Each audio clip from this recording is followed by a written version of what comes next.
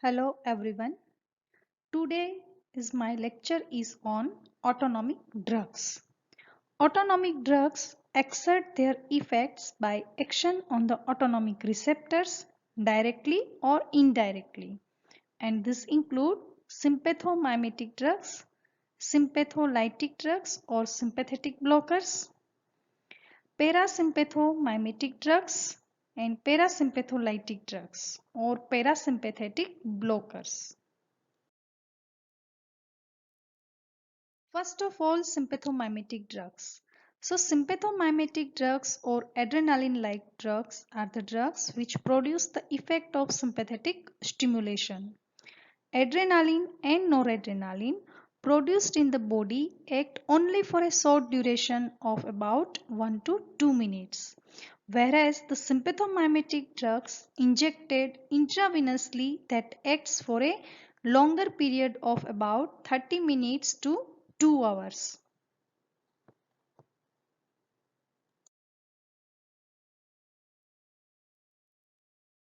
Sympathomimetic drugs are drugs stimulating the receptors directly are phenylephrine by alpha receptors and isoproterenol acting on the beta receptors, then albuterol acting on the beta 2 receptors.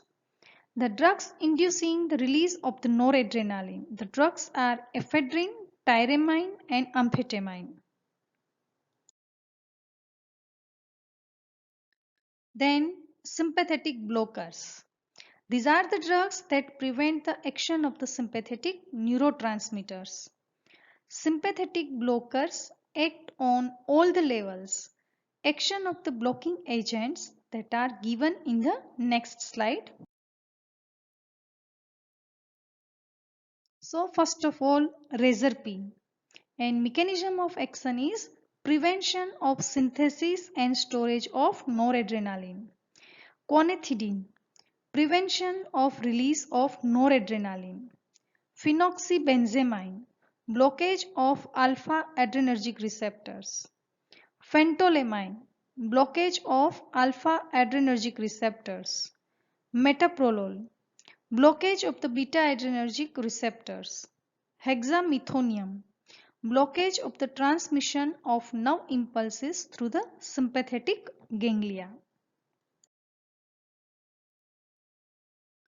Then parasympathomimetic drugs. These are the acetylcholine-like drugs which produce the effects of the parasympathetic stimulation. Acetylcholine produced in the body acts only for a short period, whereas the injected acetylcholine acts for a long time. Similarly, the parasympathomimetic drugs also exhibit their action for a longer time.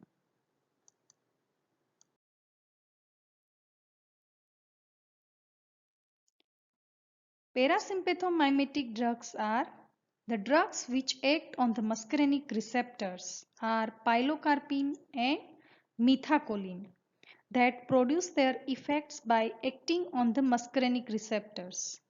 Then drugs which prolong the action of the acetylcholine. So action of the acetylcholine can be prolonged by preventing its destruction.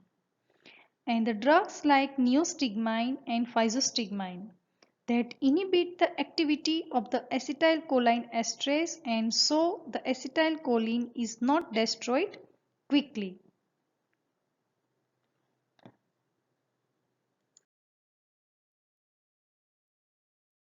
Then parasympathetic blockers. These are the drugs which prevent the action of the parasympathetic neurotransmitter.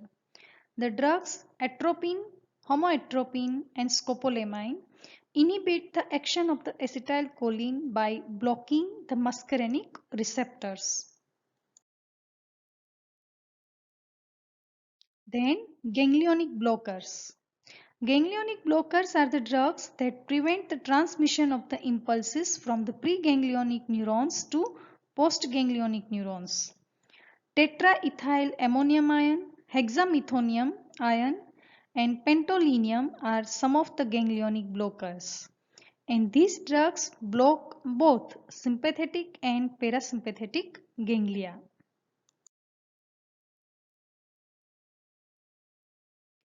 However, the ganglionic blockers are commonly used to block the sympathetic ganglia rather than the parasympathetic ganglia because the sympathetic blockage overshadows the parasympathetic blockage. Now comes to the applied aspects. A few important considerations about the applied aspect of the autonomic nervous systems are disease or syndrome due to dysfunction of autonomic nervous system and autonomic failure. So first of all, organophosphate poisoning are choline esterase inhibitors present in pesticides.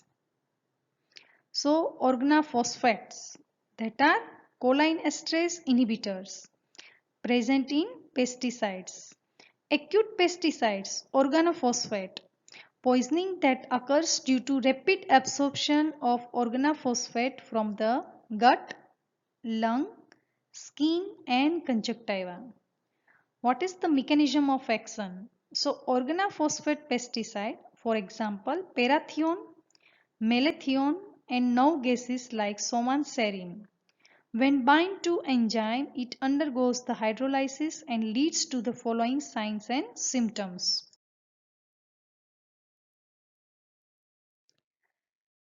Signs and symptoms of the organophosphate poisoning occurs due to excessive activation of autonomic or muscarinic activity, and these include in gastrointestinal tract there is a excessive salivation, vomiting, gastric erosion and hematemesis. In respiratory system there is a bronchial constriction, pulmonary hemorrhage and pulmonary edema and ultimately respiratory failure. In central nervous system, signs include cognitive disturbances, convulsions, seizures, and even coma. In cardiovascular system, there is a tachycardia, arrhythmia that leading to cardiac failure. In renal system, there is a acute oliguria leading to renal failure. Management of organophosphorus poisoning. So as the poison is most toxic and lethal, hence early diagnosis and management is mandatory. So treatment is mainly supportive as maintenance of the patent airway by endotracheal intubation with assisted ventilation and oxygen therapy to overcome the hypoxia only when there is a respiratory failure. Fluids, intravenous fluid therapy under the CVP monitoring to compensate the fluid loss.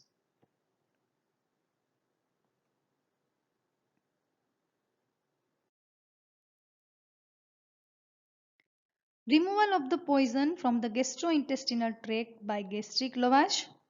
Then hemodialysis is done for renal failure and specific treatment that includes atropine, muscarinic cholinergic receptor antagonist should be given parentally to control the signs.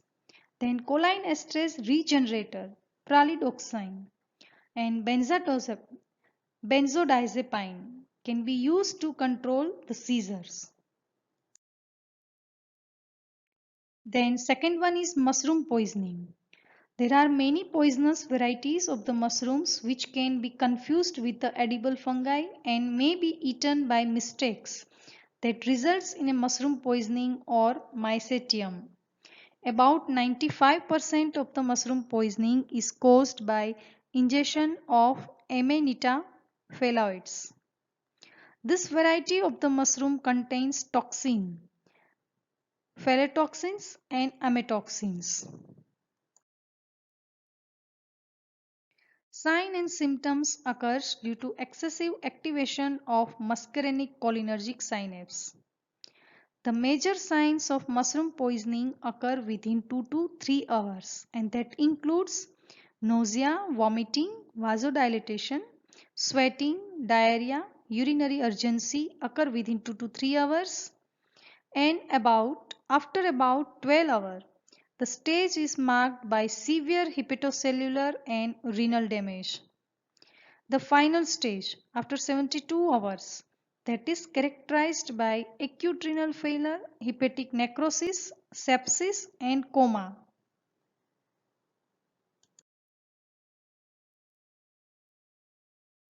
Antimuscarinic syndrome that occurs due to ingestion of a separate variety of the mushroom. This variety of the mushroom also contains an alkaloid that blocks the muscarinic cholinergic receptors. The classical symptoms of the antimuscarinic syndrome are flushed skin, hyperthermia, no sweating and dry mucous membrane, then blurred vision and cycloplasia, confusion and delirium. The diagnosis of the mushroom poisoning is made on the clinical history of ingestion, identification of mushroom if possible, and the measurement of amatoxin in the blood by radioimmunoassay. Management includes gastric lavage and activated charcoal may be given to absorb poison.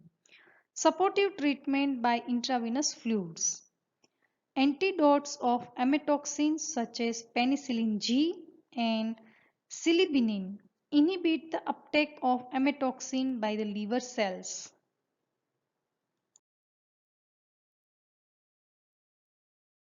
Then thiocetic acid also has a role. Atropine. Rapid onset of the muscarinic poisoning can be effectively treated with atropine. Antimuscarinic syndrome can be treated with the physostigmine that acts peripherally and centrally. If the patient is agitated, then the sedation with the benzodiazepine or an antipsychotic drug treatment.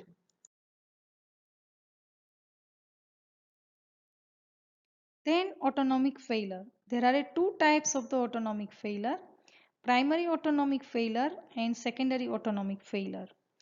So primary autonomic failure from the unexplained or primary autonomic neuronal degeneration, and it was previously known as orthostatic hypotension because this is the chief presenting feature of these disorders.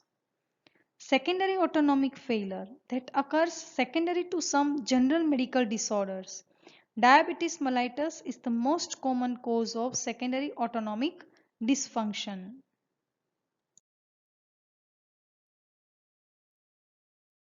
Features of the autonomic failure are cardiovascular features include tachycardia and orthostatic hypotension. Pseudomotor features are anhidrosis and heat intolerance. And gastrointestinal features include constipation, occasional diarrhea and dysphagia.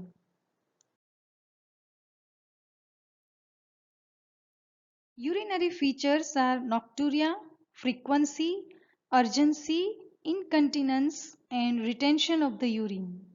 Reproductive organ problems include erectile and ejaculation failure. Ocular features include miosis and anophthalmos.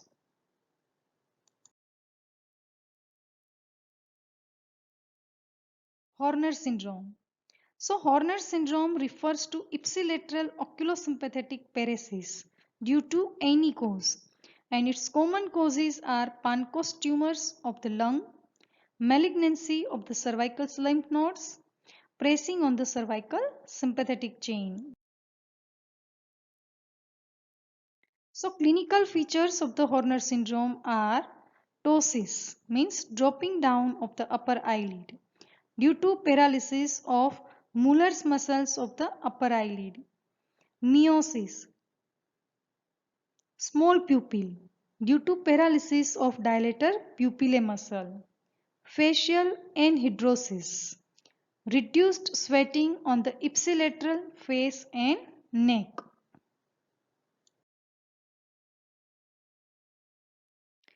There are certain comments that are related to autonomic nervous system. So first is sympathetic nervous system is known as thoracolumbar outflow. Parasympathetic nervous system is known as craniosacral outflow. Sympathetic nervous system is known as catabolic nervous system. Parasympathetic nervous system is known as anabolic nervous system. Sympathetic activity is spread over many segments. Parasympathetic activity is localized. And which component of the autonomic nervous system prepares the individual to cope up with the emergency situation? List the body responses which are associated with it. In Horner syndrome, there is a ptosis. This is the list of the reference books.